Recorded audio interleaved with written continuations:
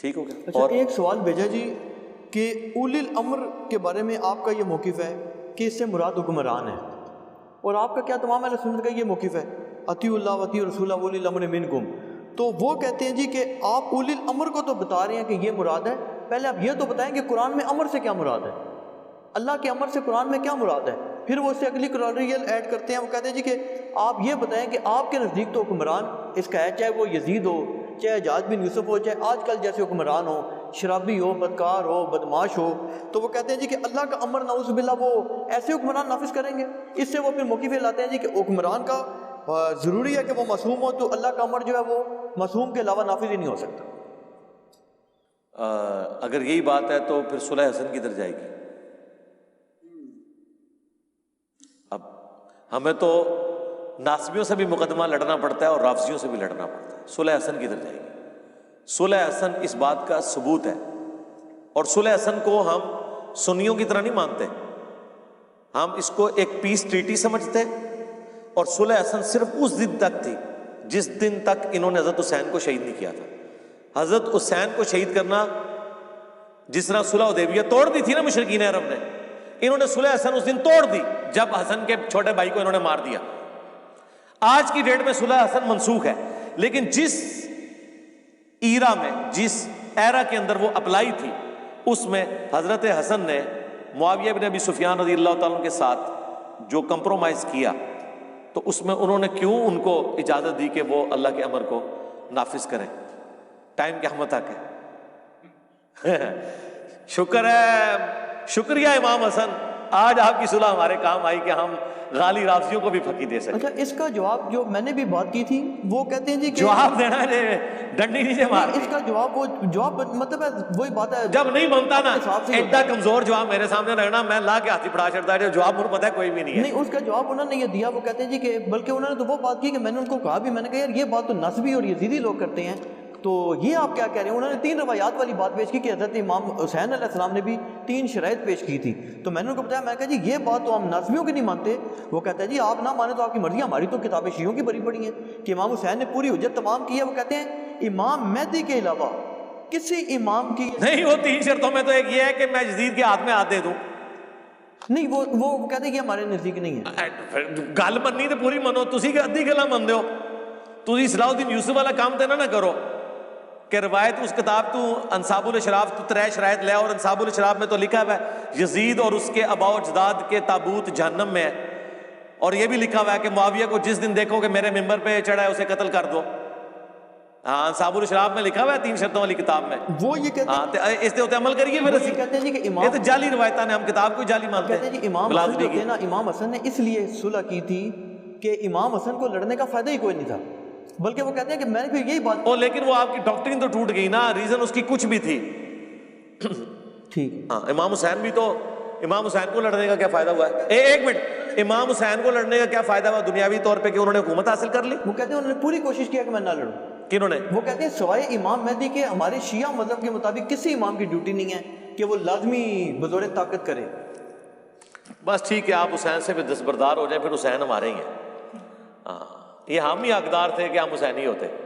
اگر آپ حسین کے بارے میں یہ کہہ رہے ہیں کہ حسین نے گریہ کرنا ہے، تو میں ان کو اپنی فقیر تو دے چکا. سید جواد نقوی صاحب نے کہا ہے کہ میں نے اس شیعت میں یعنی آنکھ کھولی، یا میں نے اس شیعت کو پایا جس میں حسین ایک ایسا مظلوم بابا ہے جو کونے میں بیٹھا ہوا رو رہا ہے، لیکن جب حسین کو پڑھا تو پتہ چلا کہ یہ مظلومیت کا نام نہیں ہے، دلیری کا نام ہے. بس میں یہی کہوں گا اس کے اوپر کہ تم نے حسین کو سمجھا ہی نہیں ہے، جس طرح کرسچنز نے جیزس کرائسٹ کو نہیں سمجھا. ٹھیک ہے، تم نے حسین کو نہیں سمجھا.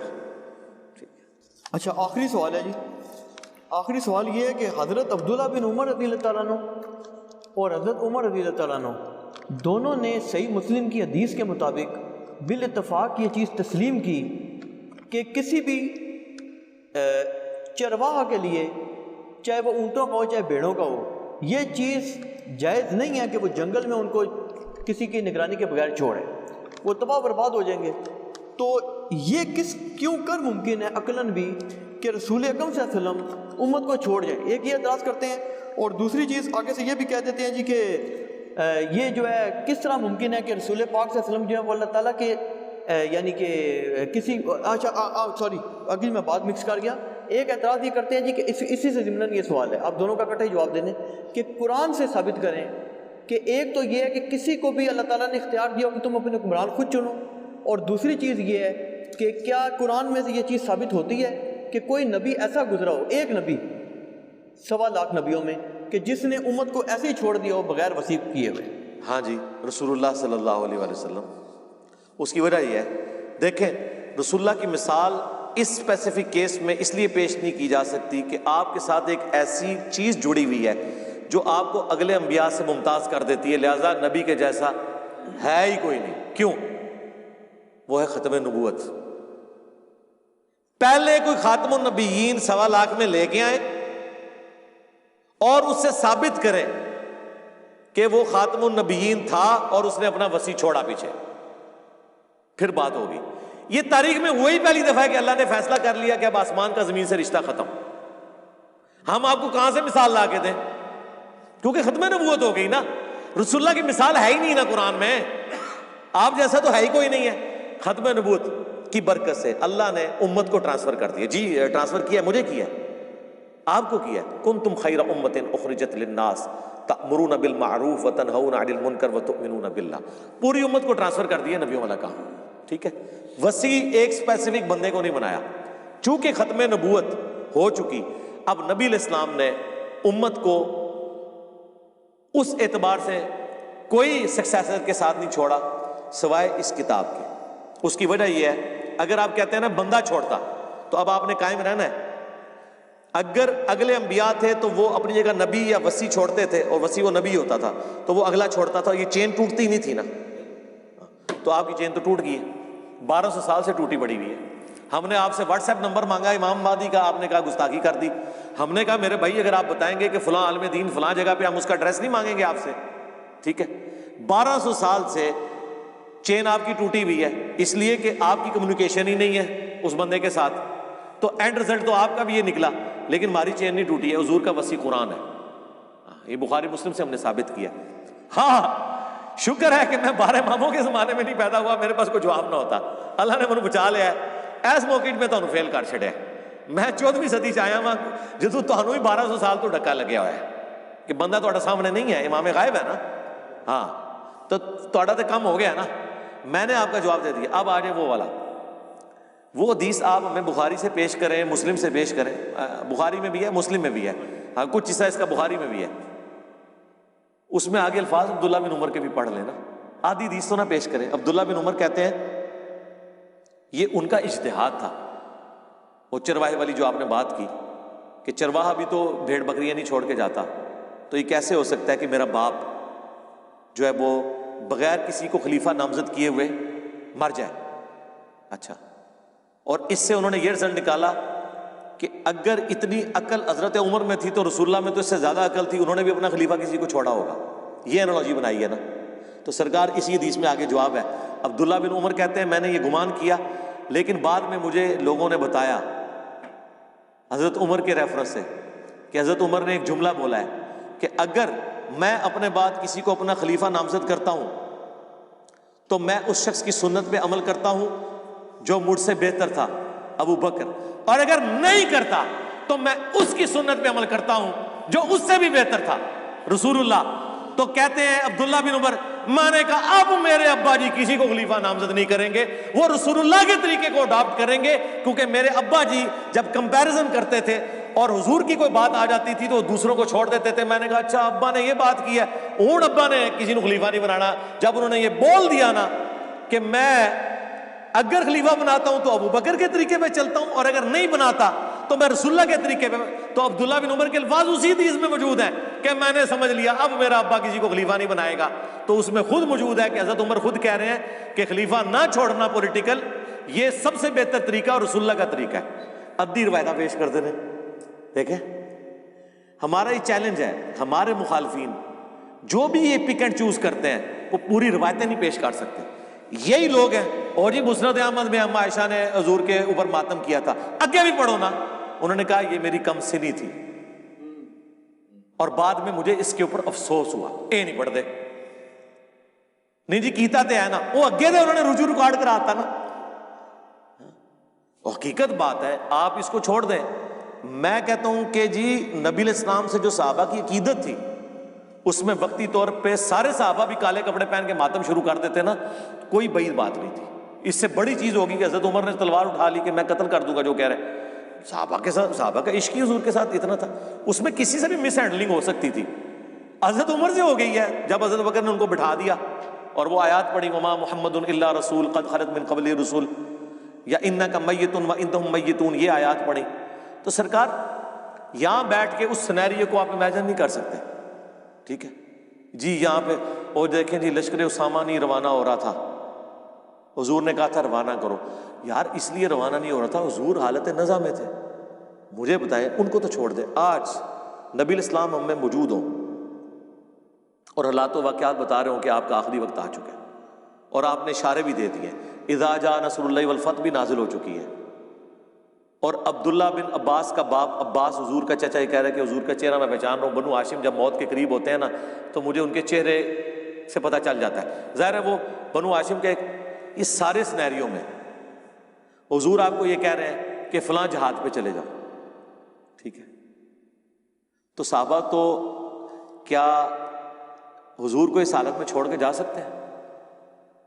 وہ تھوڑے دور جا کے انہوں نے پڑاؤ کر لیا کہ کہیں ایسا نہ حضور فوت ہو جائے اور ہم حضور کے جنازے میں بھی شامل ہو سکتے. اس سے یہ لوگ پتہ کیا نتیجہ نکالنا چاہتے ہیں؟ اس پہ بلکہ ویڈیوز بھی بنائی انہوں نے، جو آپ نے اچھا کیا آپ نے یہ بات کور کر لی میرے ذہن سے. نہیں میں نے یہ کور کیا ہے. میرا ایک لیکچر جسے میں قیامت کے دن رسول اللہ کی بارگاہ میں پیش کر سکتا ہوں وہ ہے کہ رسول اللہ کا قاتل کون. میں نے ان کے سارے اعتراضات کے جواب دیے. یہ کہتے ہیں حضور کو زہر دیا انہوں نے حدیث لدود کے ذریعے، وہ حضور کے منہ میں دوائی ٹپکا رہے تھے، انہوں نے کہا زہر ٹپکا دیا. اس کے آگے اس کا جواب موجود ہے. حضور علیہ السلام و صحابہ کہتے ہیں ہم نے حضور کے منہ میں دوائی ڈالی جان بوجھ کے. حضور اللہ کہتے رہے نہ ڈالو، لیکن ہم نے یہ گمان کیا کہ مریض جو ہے نا وہ دوائی کو ناپسند کرتا ہے اور اس وقت نبی علیہ السلام کی تکلیف ہے اور وہ تو چاہتے تھے کہ حضور کی تکلیف دور ہو. آپ اپنے چھوٹے بچے کو ٹیکہ نہیں لگواتے. ٹھیک ہے، وہ لاکھ کہتا رہے لیکن آپ سے اس کی حالت نہیں دیکھی جا رہی. تو صحابہ سے حضور کی حالت نہیں دیکھی جا رہی تھی، وہ آپ کے منہ میں دوائی ٹپکا رہے تھے. ٹھیک ہے، یہ کہتے ہیں زہر ٹپکا دیا. اس کے آگے موجود ہے بخاری میں، پھر حضور کو افاقہ جب ہوا تو آپ نے کہا کہ وہ دوائی لے کے آؤ.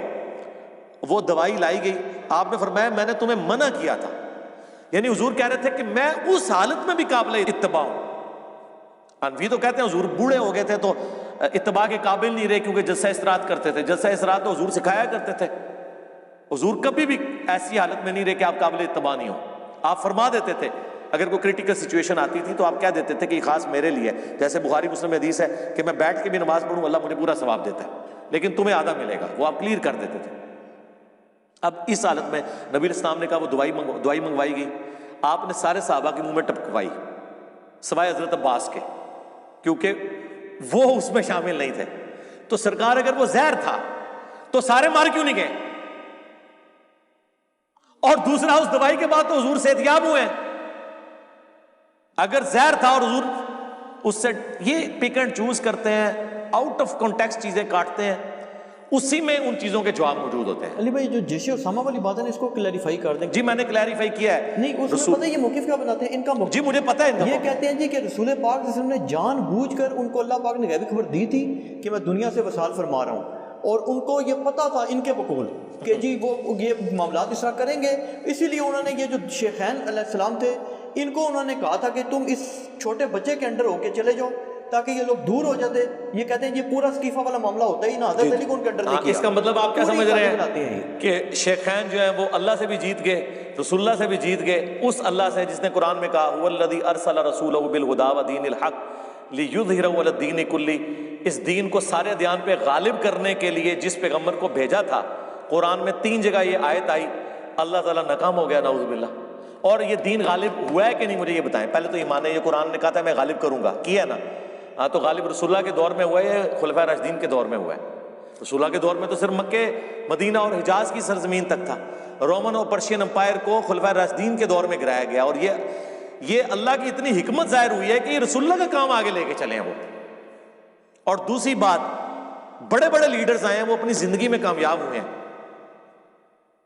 رسول اللہ میں اور باقی لیڈروں میں فرق یہ ہے کہ رسول اللہ دنیا سے چلے گئے، آپ کے ہزاروں ساتھی مرتد بھی ہو گئے اور یہ وہ ساتھی تھے جو اینڈ پہ صرف آپ کے دبدبے کی وجہ سے مسلمان ہوئے تھے، یہ آپ کے صحبت یافتہ نہیں تھے، یہ ذہن میں رکھیے گا۔ ان میں سے کسی نے نہیں حضور کو چھوڑا کبھی، وہ حضور کو جینولی پیغمبر مان چکے تھے۔